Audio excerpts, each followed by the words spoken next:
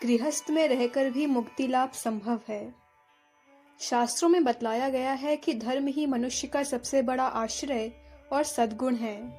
इसका आशय यह है कि धर्म के द्वारा ही मनुष्य को अपने कर्तव्य का बोध होता है और उसी का पालन करके वह ऊर्ध्व गति को प्राप्त हो सकता है।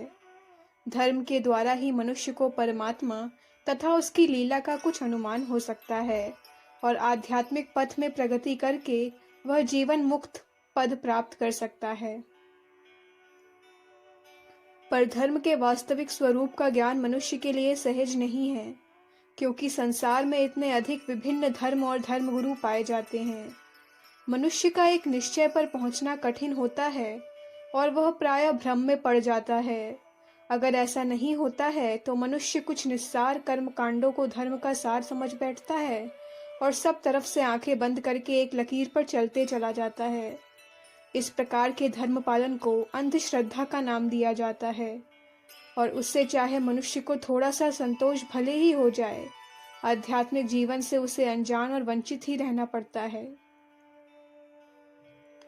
यूं तो धर्म का आविर्भाव मानव सभ्यता के आदिकाल से ही हो चुका है, पर उस समय मनुष्य जो कुछ अद्भुत घटना देखता था उसी में ईश्वर की कल्पना कर लेता था। यदि वह देखता कि कहीं आकस्मिक रूप से पृथ्वी में से या जल में से अग्नि प्रकट हो गई है तो वहीं पूजा प्रार्थना शुरू कर देता था।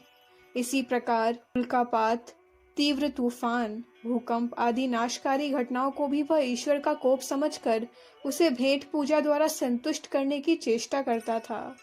इसी प्रकार उसने ईश्वर की सत्ता के विषय में एक मनमानी कल्पना करके उसे धर्म का रूप दे दिया।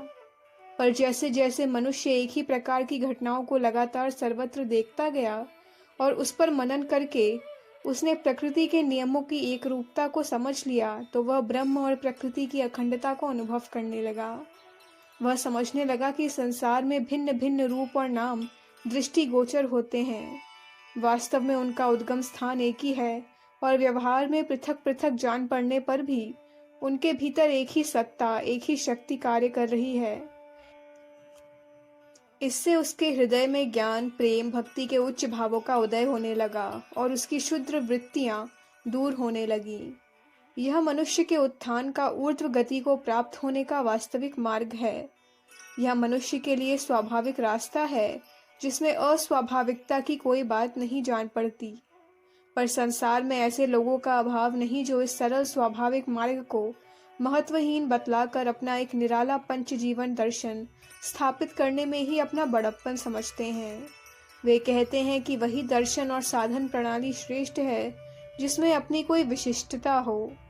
इस विषय की आलोचना करते हुए विश्व कवि रविंद्रनाथ ठाकुर ने एक लेख में कहा है, अनेक व्यक्ति स्पर्धा पूर्वक यह कहते हैं कि इस प्रकार का एक विशेष भाव रहने वाला दर्शन शास्त्र प्रकृष्ट अति उत्तम है। सब रूप त्याग कर किसी एक विशेष मनुष्य में ईश्वर का दर्शन करना ही चरम पूजा है।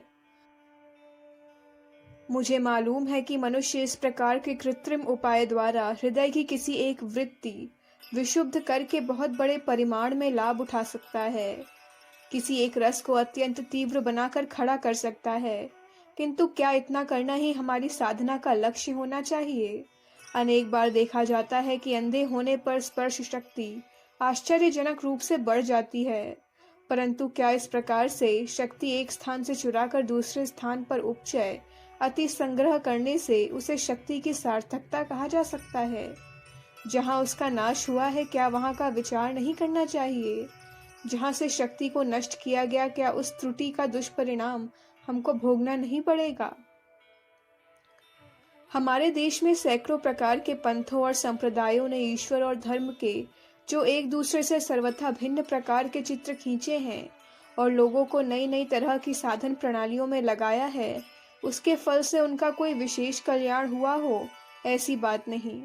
जो लोग इस प्रकार के कृत्रिम उपायों से एक विशेष प्रकार की उन्नति करने में लग जाते हैं, उनका जीवन प्रायः असंतुलित हो जाता है।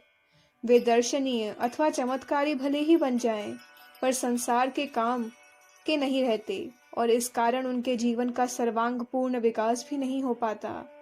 बिना इस प्रकार के सर्वांगीण विकास के हम मुक्ति मार्ग में अग्रसर नहीं हो सकते। विश्व कवि की यह सम्मति विचारणीय है। वस्तुतः स्वभाव का परिपूर्ण लाभ ही धर्म है और धर्म नीति का श्रेष्ठ लाभ यही है। भगवान की धारणा को संकीर्णता में बांधकर भक्ति की उत्तेजना को उग्र नशे की तरह बनाने में मनुष्यत्व की सार्थकता नहीं मानी जा सकती। भगवान को भी उनके स्वाभाविक रूप में ही प्राप्त करने की साधना करनी होगी, तभी हमारा कल्याण होगा। भगवान को केवल अपनी किसी विकृति त्रुटि को उपयोगी बनाकर उनको लेकर बहुत बहुत जोश दिखाने को हम मंगलमय नहीं मान सकते। हो सकता है कि उसमें कहीं सत्य छिपा हो, पर जो शक्तिमान है वह तो उसके द्वारा किसी प्रकार अपना काम चला सकता है, किंतु उनके दल में जो अन्य साधारण शक्ति के व्यक्ति आकर जमा होते हैं, उनका कुछ ठौर ठिकाना नहीं। उनका आलाप क्रमशः प्रलाप हो उठता है एवं वे उत्तेजना और उन्माद के पथ पर अपघात, अकाल मृत्यु को प्राप्त होते हैं। सत्य बात यह है कि शुद्ध धर्म कोई गूढ़ रहस्य या कठिन समस्या नहीं है। सीधे से सीधा और अल्प ज्ञान रखने वाला व्यक्ति भी उस पर चलता हुआ अपना और संसार का कल्याण कर सकता है और इस प्रकार आत्मोन्नति के उच्च स्थान पर पहुंच सकता है। पर जो धर्म को अस्वाभाविक बातों में फंसाकर उसे किसी प्रकार सिद्धि, चमत्कार अथवा गुरुडम का साधन बना लेते हैं, वे कभी उसके मर्म को प्राप्त नहीं कर पाते और धर्म के रहस्य की बड़ी बड़ी बातें करने पर भी वे मुक्ति मार्ग से दूर बने रहते हैं। सांसारिक राग दोषों से बचकर मुक्ति पथ का अनुगामी स्वाभाविक धर्म का अनुयायी ही हो सकता है। अखंड ज्योति, जून 1959, पृष्ठ संख्या 17, 18, 19।